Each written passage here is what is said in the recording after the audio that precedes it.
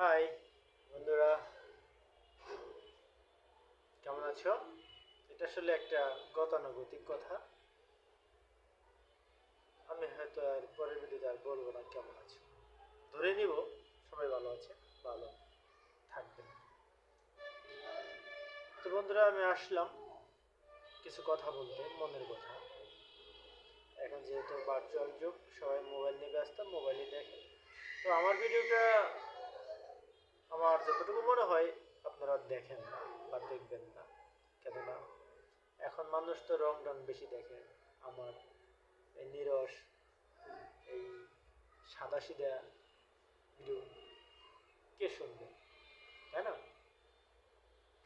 তো একটা কথা বলি বন্ধুরা, ভালো জিনিস নিম্নমানেরই হয়, নিম্ন দামে বিক্রি হয়। খারাপ জিনিস চড়া দামে বিক্রি হয়। রং ডং যেখানে বেশি দেখবেন ওখানে ভেজাল বেশি, ভেজাল জিনিসই বেশি দামে বিক্রি হয়। ভালো জিনিস মানুষের এখন ভালো লাগে না, কেননা মানুষের আসলে রুচি, মন মানসিকতা, চিন্তা ভাবনা সম্পূর্ণই ধ্বংসের দিকে যাচ্ছে। আগে এক সময় দেখেছি মানুষ ভালো চিন্তা করেছে, এখন দেখি মানুষ খারাপ চিন্তা বেশি করে, খারাপ কাজ বেশি করে। 100 জন মানুষ সে কাছ থেকে তথ্য নিলে দেখা যাবে 2% মানুষ কারো ক্ষতি করতে চায় না,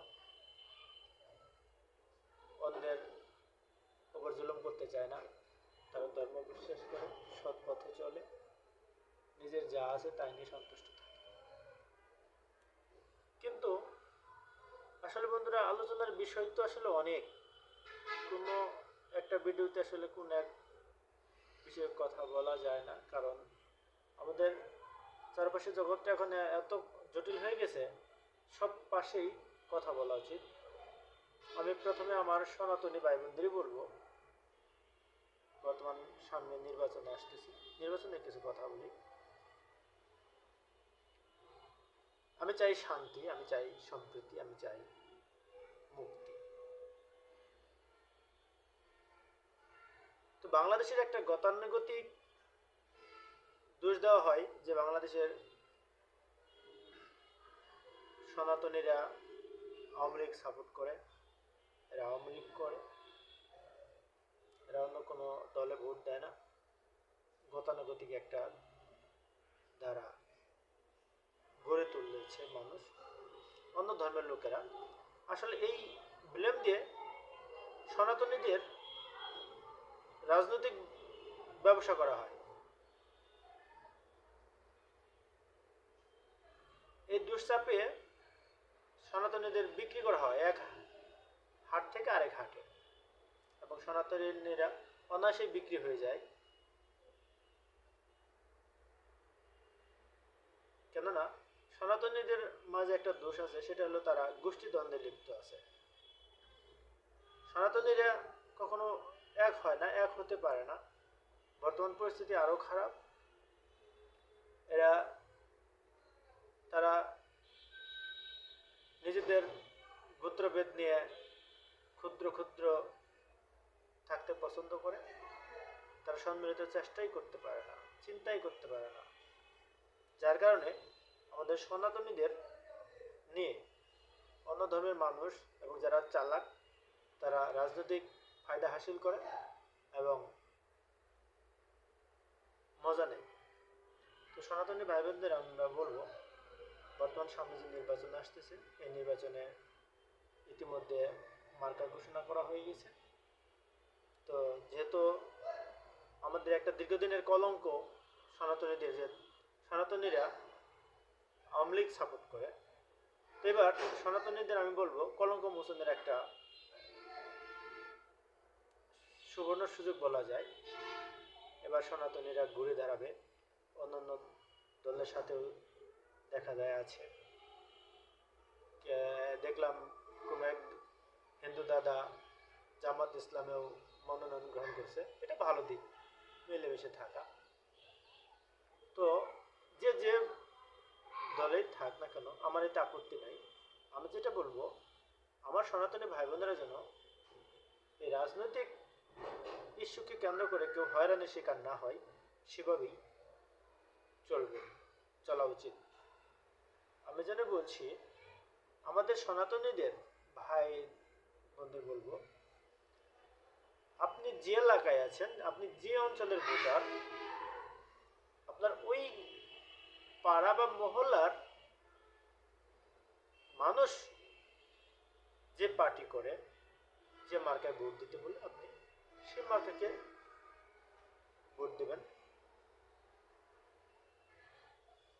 সিলেকশন করবেন। কেননা আপনি তাদের সাথে চলেন, আপনি আপনার গ্রামের, মহল্লার, এলাকার মানুষের সাথে আপনাকে চলতে হয়। আপনার বাড়ির পাশের প্রতিবেশী কোন পার্টি করে তা আমার জানা নেই, তো আমি অনুরোধ রাখবো আপনার পাশের বাড়ির প্রতিবেশীরা যে দল করে আপনি সেই দল করবেন। আমাদের সনাতনীদের বিশেষ কোনো দলকে প্রায়োরিটি দেওয়া উচিত নয়। কেননা আপনি যদি বিশেষ কোনো দলকে প্রায়োরিটি দিতে গিয়ে আপনার পাশের বাড়ির মানুষের সাথে দ্বন্দ্বে জড়ে যান, এতে আপনি ক্ষতিগ্রস্ত হবেন। তাই আমি বলবো আপনার বাড়ির সামনের মানুষ, এলাকার মানুষ যে দলকে সাপোর্ট করে, যে প্রতীকে ভোট দিতে বলে, আপনি সেই প্রতীকে ভোট দিবেন।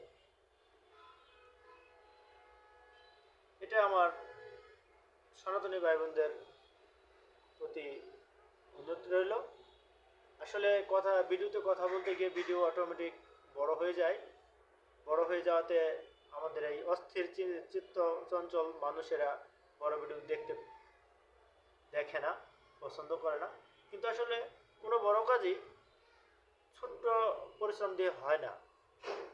আপনি ভালো কিছু করতে হলে আপনাকে অবশ্যই কিছু খরচ করতে হবে, আপনাকে সময় দিতে হবে, আপনাকে অর্থ ব্যয় করতে হবে, যে কোনো বিনিময়ে হোক আপনাকে দিতে হবে।